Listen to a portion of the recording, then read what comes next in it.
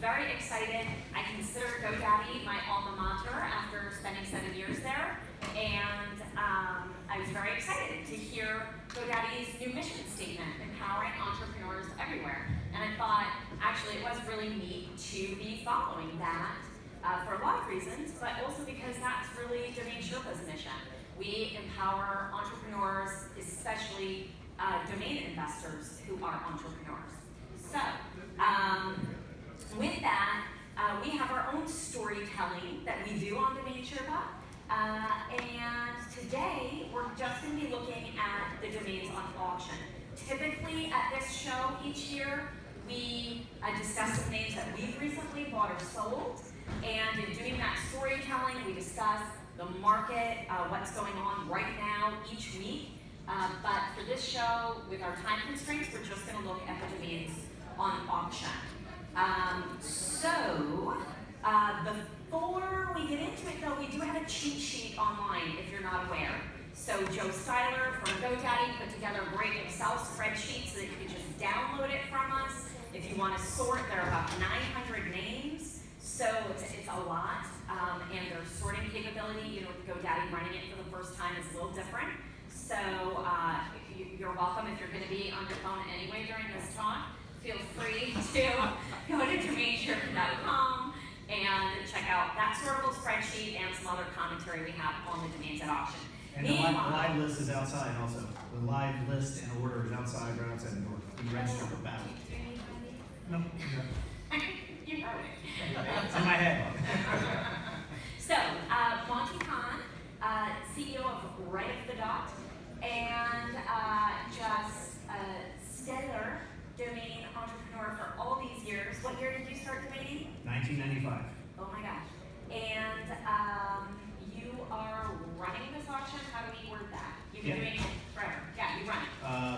I introduced domain auctions into the conferences in 2004 at the first traffic conference. But I did the first domain auction in 1999 when we sold wallstreet.com for $1 million, and then we did it for autos.com for $2.4 million later on that year. And that kind of kicked off, putting domain names on the map in an auction format. But those were more private auctions, and then the public auctions came to be at the first traffic conference in 2004, and we had 45 names posted up on the board, and Howard New created this board, and we put all these names up, and people would put their names up for sale, and then people would write, walk by in between the sessions and write what bids they wanted to put on the names. And then the next year, I went out and saw a live auctioneer that was local in the area, and thought it would be really neat to treat the domain name like a true asset. And I told this story yesterday on the stand-up in the breakout room, but you've come a long way. Come a long way. Had this great guy, older guy, told jokes and made it fun, and then we finally got more integrated and put it online at the same time. Yeah. Well, this year is going to be so good. I'm really excited. Yeah. Amar Kuba, what do you do? Just not much. Travels the world, travels with life. Amar lives the life we all want to live.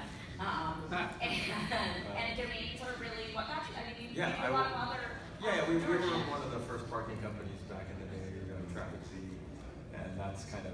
But before that, right after out of law school, I was helping some of the domainers with their sales and contracts and things like that. That's how I first learned about it, and then got into it myself, and then now I'm pretty much just investing. All I got out of that was that one time I forgot you were an attorney and said something really negative about attorneys. And, I say bad shit about attorneys. And Shane Coltra, Aman already introduced you. I don't think anybody is here today, right now, who wasn't here for Aman's talk. I apologize for that question. It seemed to blow up kind of after. Always start in trouble. Always start in trouble. I really like that Shane says on the panels that he represents the average Joe. So, average Joe. I never said that, but I stand by it.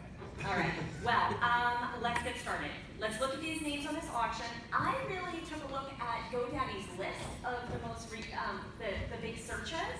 It was there were a few: cars, CBD, spice, and chop really skyrocketed, and really not much in terms of the negative. But I could see a lot of how that influenced the list here.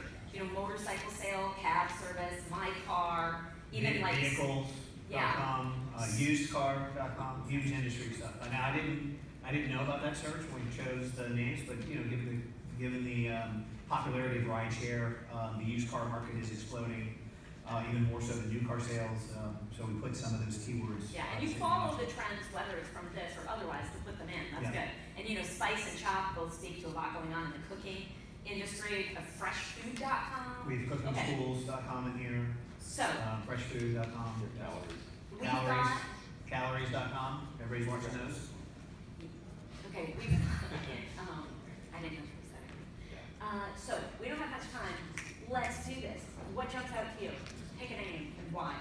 Well, I mean, it's hard to say the name that you like. I mean, so please.com is amazing. Airdrop.com is amazing. It's going to come down to, are they on the 100K range or are they the 500K range of the reserve? Which side of the reserve are they on?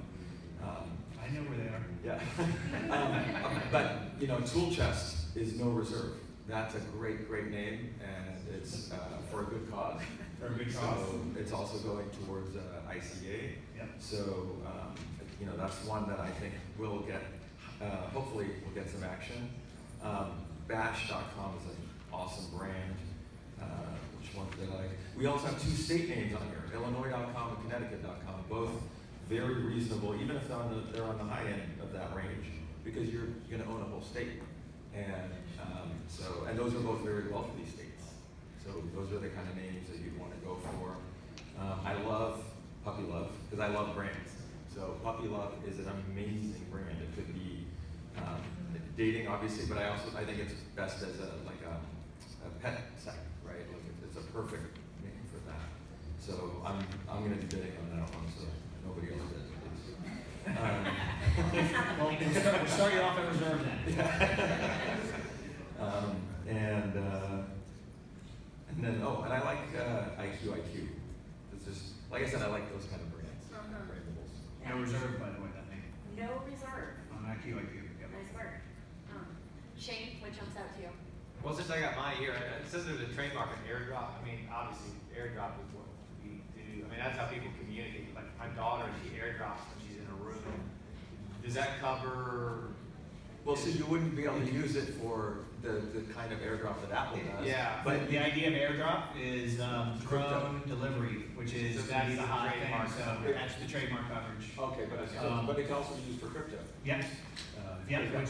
So everything but actually dropping files into your phone. Well, Or- you know, I'm not sure. I would, yeah. I'm good at that. Well, you're a lawyer. I'm not going to give any legal advice here. I would not use it for that. I haven't read what the Apple trademark is, what they say it is, so I would look at that first. But there's lots of different uses for you airdrop Bitcoin and crypto, and then of course the drone delivery, which is gonna, which Amazon's already doing, and UPS is now doing a trial on. Right. That's a great use. That's for the the best use for it, I think. Yeah. But depending on where crypto goes, and if that continues to be the name that they use for it, because the name could change. Yep. But it's a killer name on its own. Killer name. So Esther.com has at their booth football signed autographed by Joe Montana. Was that a coincidence that you're selling autographed right now, or It's not, did I you mean, guys no, I coordinate? picked it, Okay. picked it out of the 52,000 names that were submitted. Yeah. Well, I thought it's funny. It's right next to Slept.com and Autographed.com. We have Kate Buckley here, who is a fabulous Sherpa. And one of the last times she was on the show, we were discussing different tenses of domain names, different verbiage, and she has a different viewpoint than some others, and I think very valid And viewpoint. she knows what a gerund is, because none of us have else. Every variation of sleeping has been taken, so slept is the only one left, so it's a pretty good name. Yep. Sleeping is important. Sleeping, slept. Yeah. It's going to be very interesting to How see where how those about are. kick.com? I mean, kick.com is short. Yeah. It's good brand on the sheet. Yeah, exactly. Fourletter.com. That's a word. Four-letter, that's It's a verb. strong. It's exciting. It's powerful. Our whole industry is looking for that type of name. So, but again, as Amar and I were kind of talking, there's a big difference between 100,000 and 500,000. There's a house in between, so it might make a work which side it's on. All worth it to somebody in the end user. But we just have to see where it goes. Wayne and I will make sure you get to the, you know, the high number. That's right.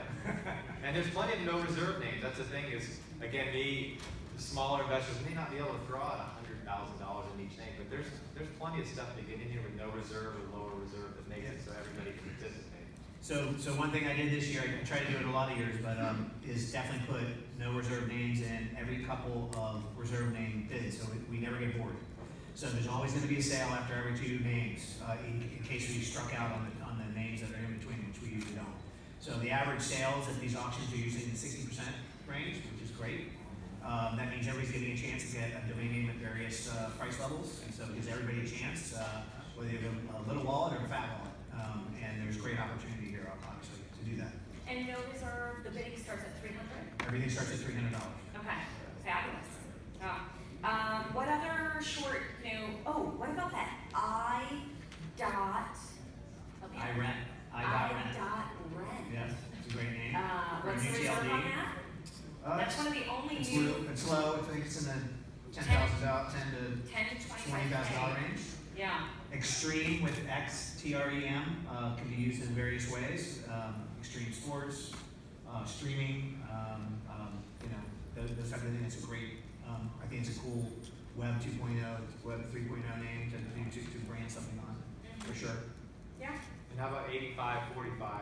That that gives trust. You know you're being trusted when they throw an 85-45 at no reserve, knowing that they're going to get a good price for it. That's cash money. Yep, and it's already rising up. So when it was on pre-bidding, which is good. And for the people that like the .codes, I'm one of them. I do like the .codes, and there's a great one in here, rides.co, and it's only a 1 to 5K reserve. That would be a good entry-level name for somebody that just wants Another rideshare type name for in the automobile business for sure. There's a name on here that gives me incredible memory. So there's a name on here, Go Fish.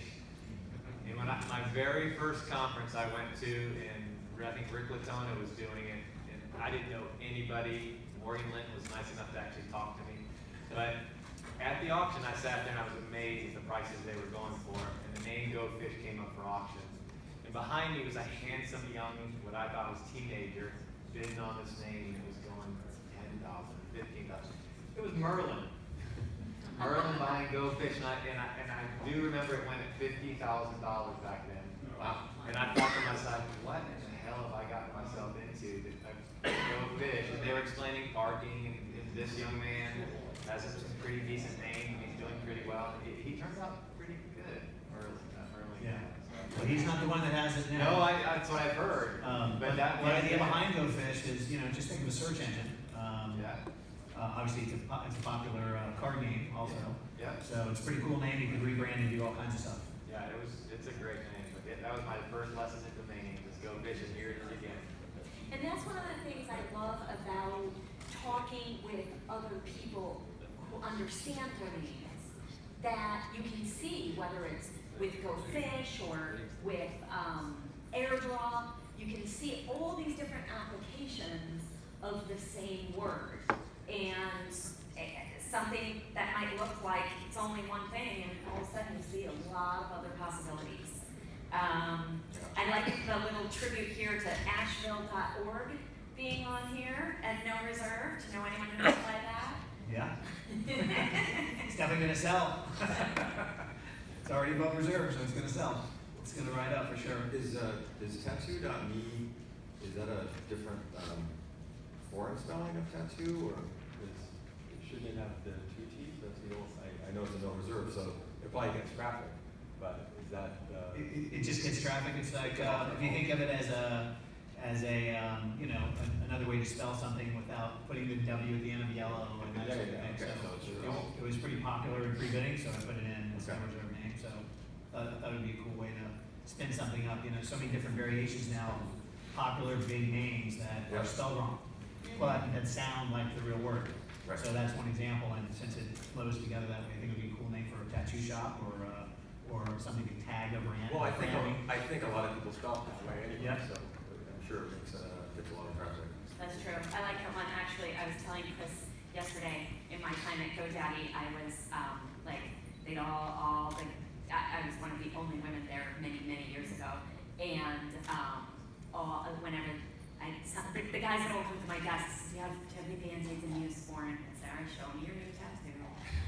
But the brand that I hear is like, I got a new tat. Ooh, tattoo. So I think you can play with it a lot of different ways. I like, and no reserve on that one? No reserve. All right.